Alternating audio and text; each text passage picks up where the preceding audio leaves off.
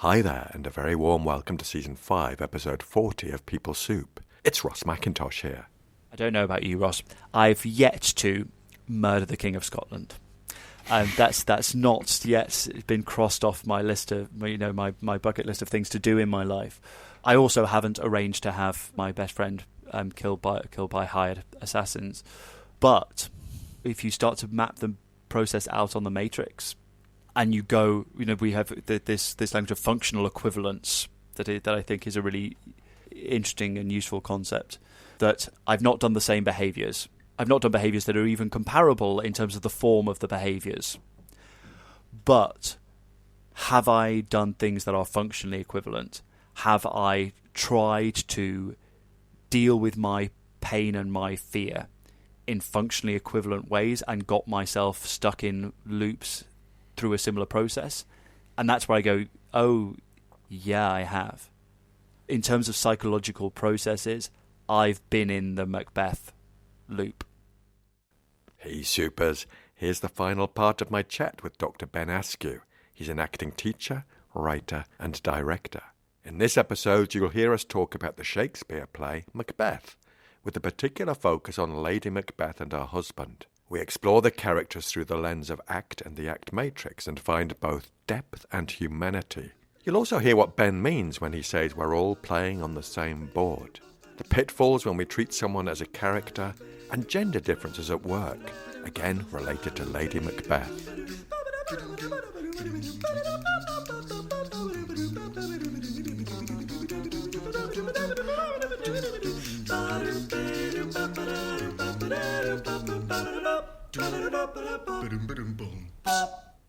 Now, for those of you who are new to People Soup, welcome. We are an award-winning podcast where we share evidence-based behavioural science in a way that's practical, accessible, and fun. Our mission is to unlock workplace potential with expert perspectives from contextual behavioural science. Let's just take a scoot over to the news desk. First of all, I'd like to tell you about the icon photo for this episode. It's a photo of actor Jessica Kinsey in a workshop with Ben, exploring the character of Lady Macbeth with masks, and I just love the intensity of Jessica's expression. You'll find Jessica's Instagram in the show notes. And let's turn to my Act in the Workplace Train the Trainer program in partnership with Contextual Consulting. I developed this program with Dr. Paul Flaxman, and you'll find a link in the show notes to all the details. It's coming up soon in April and May this year. I've trained hundreds of adults using this approach, and also hundreds of trainers too. And thanks to Joe Oliver at Contextual Consulting, there's a code for the course that gives you a 20% discount. And that code is PSoup20. P-Soupers, I'm recording this intro on the road. I'm in Dublin, in the Hyatt-centric The Liberties. And it's jolly nice. I'll be working at the Guinness Storehouse for the next couple of days. For now, get a brew on and have a listen to part 3 of my chat with Ben Askew.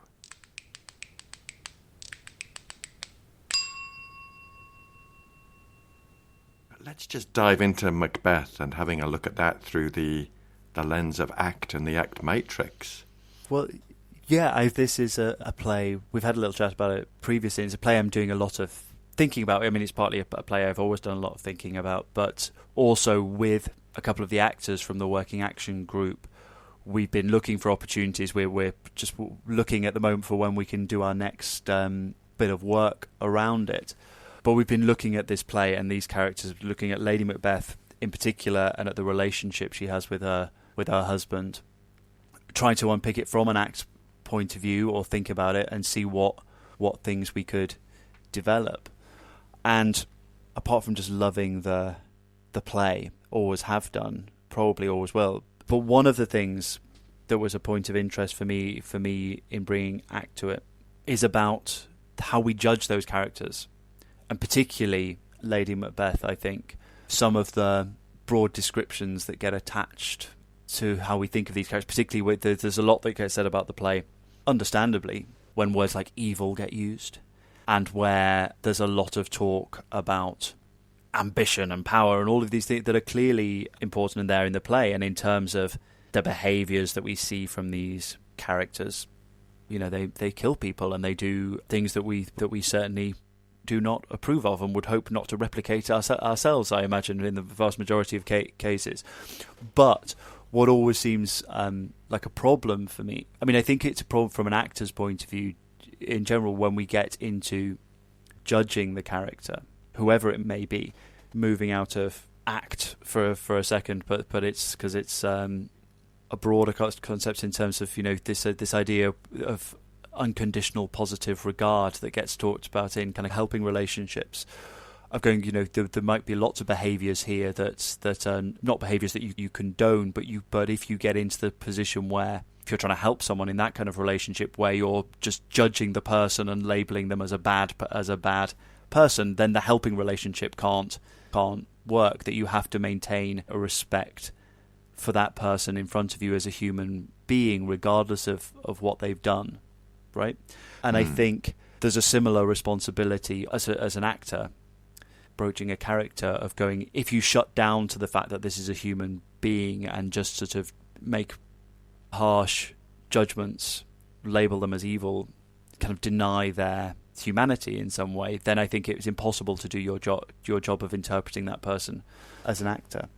And so I was fascinated with the Macbeths and with Lady Macbeth about going, my long-standing instinct and feeling that there is a lot more to say and to see than some of the stuff that's about evil and ambition that gets said, and what an act perspective could bring to that, and what it brings to these kind of texts and these ideas we have about tragedy. And I think what emerges for me, not some sort of definite truth about the play and the characters, because one of the joys of these things is that it's interpretation, right? And that there's the rich and open to interpretation. These plays, that's part of the reason that we go back to them so much. But of thinking or realizing, seeing what's emerging in that play as an unworkable response to human suffering. That Lady Macbeth and Macbeth, for all the horrible things about the things they actually do, the behaviours that they do in the world, that they are trying to respond to stuff that is difficult for them. There is stuff particularly, I think, about being able to be present and in the moment in different ways for both of those characters that is very, very hard. There is a lot that is painful about being here now, and there are attempts to problem solve that, to get away from that. I think that for both of those characters, they have this idea in different ways that if they can just get to the point where they've done it, where things are done, where there is a finality, where I can stand and be safe and secure and have my feet on the ground and know that I'm okay. And they both have different versions of how they think they're going to achieve that at different points in the play, but that seems to me to be a common factor. This idea that and you see Macbeth getting into this loop of going, if I just do the next thing, that will be the end of it. That will be the end. I will be finished. You know, if I just go through, do the next action. As you know, he goes through with the murder of Duncan. Spoilers for anyone that's not seen the play yet. You know, he kills the King of Scotland and thinks that that's going to take him somewhere, and then ends up in this place where actually he feels full of fear and full of insecurity, and that he's in incredible danger, and that he has to kill again, and has to kill his best friend, Banquo, in order to get to this place where I can be safe. And what's really interesting is there's so much to say about this play from an act point of view, I think, and it's tricky without getting into lots of detail with things and the text. But again, I think what emerges very clearly when you, for me at least, when I look at it through an act lens, is about watching how much about tragedy can be thought about in terms of the way that people get stuck in these loops of trying to stop pain, trying to get away from their suffering in a situation, and coming up with, as I say, these unworkable but humanly understandable attempts to solve a problem, and that these loops go on and on and on until they just spiral so far beyond our control that in tragedy they destroy us. And I think actually which I know we talk about Macbeth specifically, but there's so much, I think, as you start to look from an act point of view in the big stories that we tell, where you have tragic forms of stories where this stuckness finds no solution, eats itself. And in a sense, a lot of comedy and romance and all of these kind of things that also start from a lot of inflexible, stuck processes, and what that hero's quest or the blossoming of this love that people find in the story or whatever it might be is about finding that reconnection to values, finding a flexible towards move that is what allows our happy endings to emerge in those stories. But tragedy is so much about these loops and how they destroy us. I think one of the things on the Lady Macbeth question that we explored in a relatively recent workshop was we were thinking about roles and characteristics. So in acting terms, and as we do in life, we label characters, we label people with characteristics, right? Of going, they're like this, they're like that. He's an intellectual. She's she's funny. She's this. She's whatever. Whatever labels we put to who people are. And what one of the things that I think is brilliant from a act and a functional contextualist sort of point of view, right, is to look at what is the function of that characteristic. What's the function? In the sense of going, rather than seeing this as kind of some sort of essential, inbuilt, inherent thing about this person. It's clearly an important thing that goes on in their life, right? But it serves a function in a context if people behave in a certain way. And again, coming to something like Lady Macbeth, and people might say, well, she's brutal and she's harsh and she's this and she's that, and going, okay, maybe she is. Can we look at in what context do those behaviours appear, and what function might those behaviours be serving for her when they appear? And again, I think it's this really fascinating thing, and very humanising thing, where you go, oh, she's not brutal because she's just inherently brutal, and that because it's just like it runs through a stick of Blackpool rock. She's brutal because she is trying to deal with something. And we can then say maybe that's not a very, maybe that doesn't work so well for her in terms of what emerges, but we humanise that process rather than dehumanising it. And we try to explore this using masks and physicalising it in this workshop, which was a really fascinating process to go through. And lots of fun because, I can be a little bit heady with things, and I know for I have been working with a wonderful actor, Jess, on Lady Macbeth, who's been part of the working action group for a long time. And it meant that as part of that process, she was painting masks with different designs of these different versions of Lady Macbeth, these different roles that she takes on, and so that we could think about functionally how is it working for her to take on that role? What is she moving towards or away from as she exhibits this set of characteristics, these behaviours? And how do we draw it back to something that is human and relatable? And where we go, I don't know about you, Ross, I've yet to murder the King of Scotland. And that's not yet been crossed off my list of, my bucket list of things to do in my life. I also haven't arranged to have my best friend killed by hired assassins. But if you start to map the process out on the matrix, and you go, we have this language of functional equivalence that I think is a really interesting and useful concept. That I've not done the same behaviours. I've not done behaviours that are even comparable in terms of the form of the behaviours. But have I done things that are functionally equivalent? Have I tried to deal with my pain and my fear in functionally equivalent ways and got myself stuck in loops through a similar process? And that's where I go, oh, yeah, I have.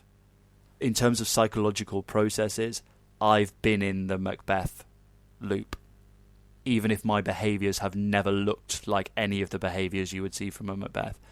And then the play, for me, ceases to be, if it ever was, something about those evil people over there, and starts being about the very human processes that we all go through and how we all get stuck in unworkable solutions and responses to our own suffering. And that, to me, is a really exciting thing to be exploring. Ben, blimey, thank you for just taking us on that brief tour of the Macbeths, because this is only one of the reasons why I think what you do is so valuable and applicable to human life today. Because I have a vision of Lady Macbeth that she's almost used as a characterization in our language today as someone who's a bit evil, the power behind the throne, manipulative, bit of a bitch, really. Yeah. And it could almost be shorthand to represent that type of character, which I think transposes to the workplace in the different characterizations we have between gender in the workplace. Yeah, definitely. A man can be banging his fist on the table, raising his voice, and people will consider him to be impassioned and visionary. Mm-hmm. If a woman is doing the same, people will think, oh, what's up with her? She's got her knickers in a twist. Or, in the extreme, is it her time of the month? Right. Ascribing characteristics like that to, what's up with this ball-breaking bitch? Mm-hmm.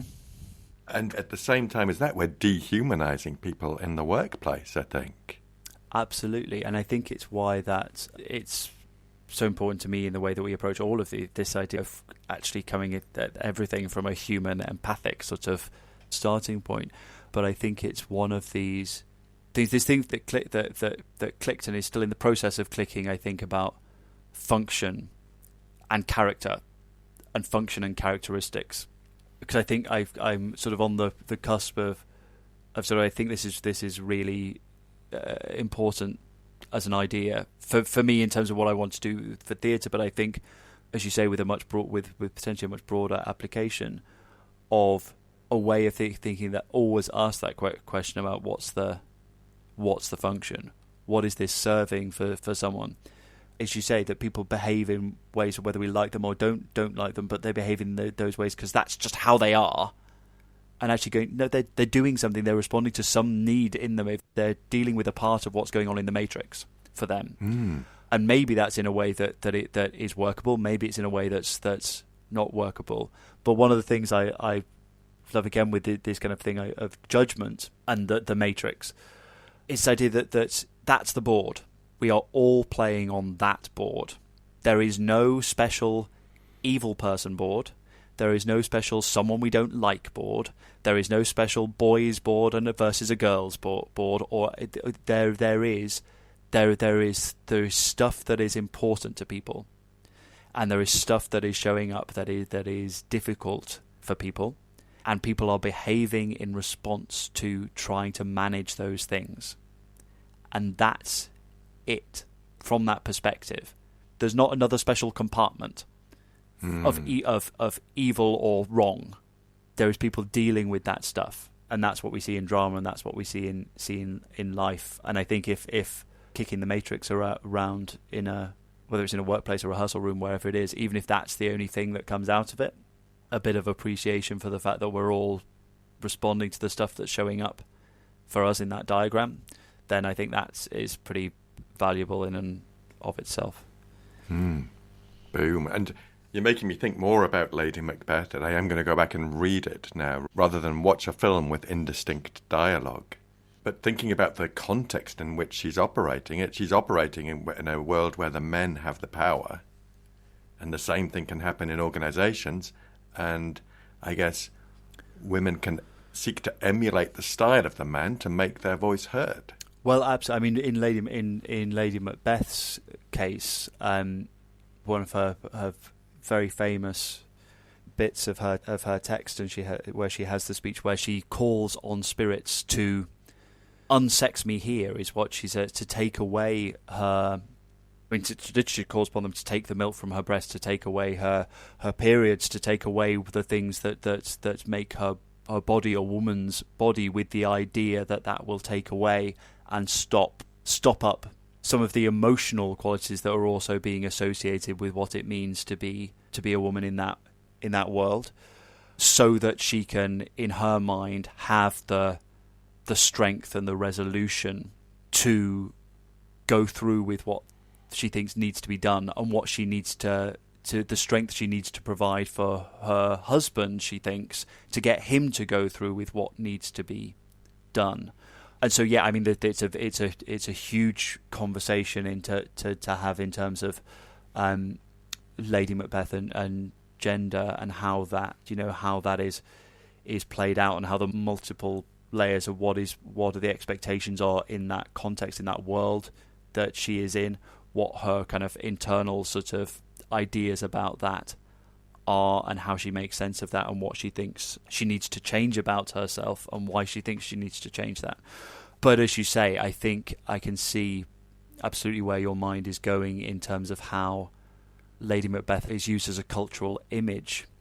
We can see the ideas that get attached to Lady Macbeth being played out in the way that people are described and thought about and characterised within life, and certainly within work environments. And I think that, using the word characterised, I think that's one of the things about acting and storytelling that is really useful to unpick. What does it mean when we treat someone as a character, or indeed treat a character as a someone? What is this process that we're going in when we're trying to define who someone is? And what's the most useful, fruitful way of doing that artistically? But that absolutely has to parallel with what are we doing when we talk and think about people, real people in the world? How do we acknowledge people's individuality, but they bring all of those things without labeling and reducing and forcing people into rigid positions, or imposing rigidity on them in our ways that we characterize them and indeed characterize ourselves.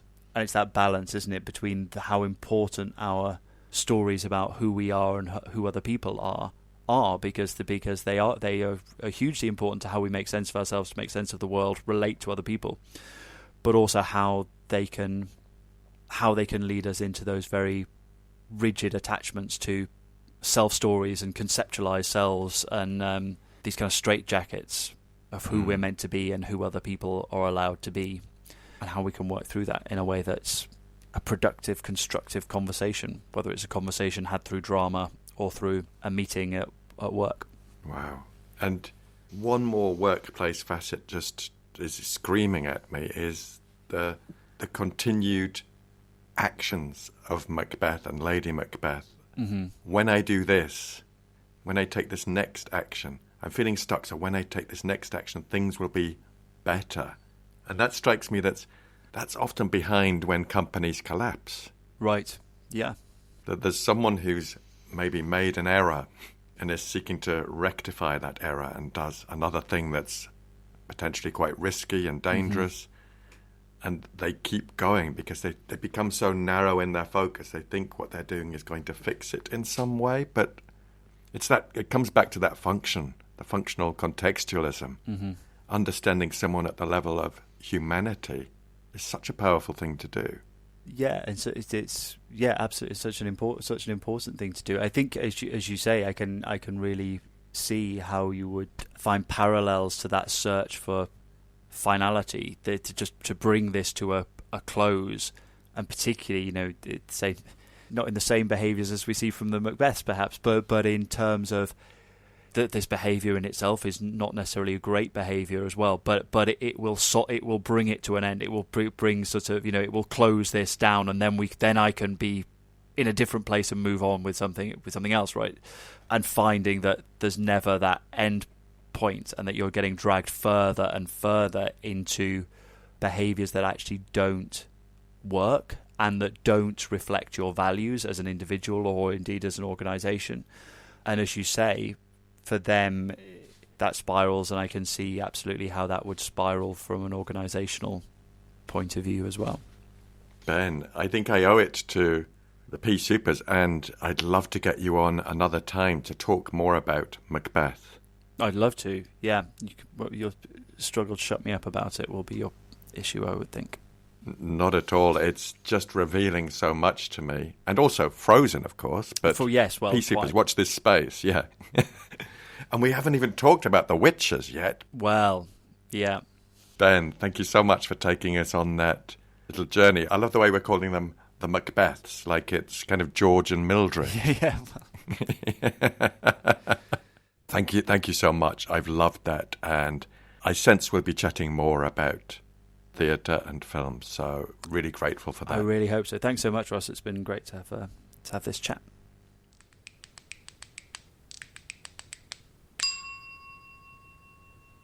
That's it, Pea Supers, part 3 of my chat with Ben in the bag. It was such a revelation talking to Ben about Macbeth, and we do have plans for further collaborations, and you'll be the first to know about them.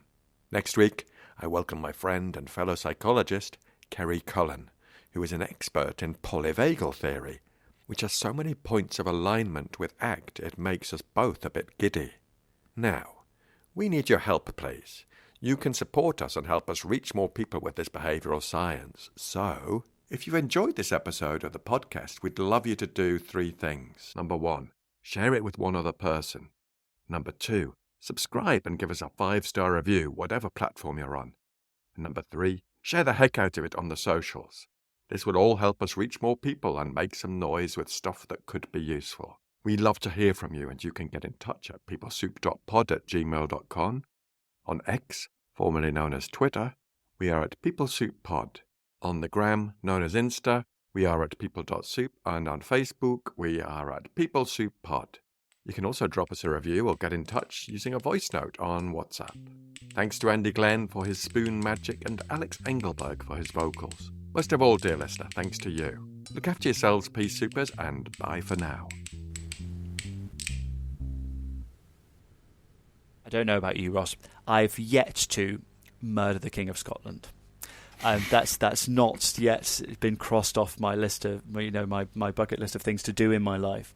I also haven't arranged to have my best friend killed by hired assassins.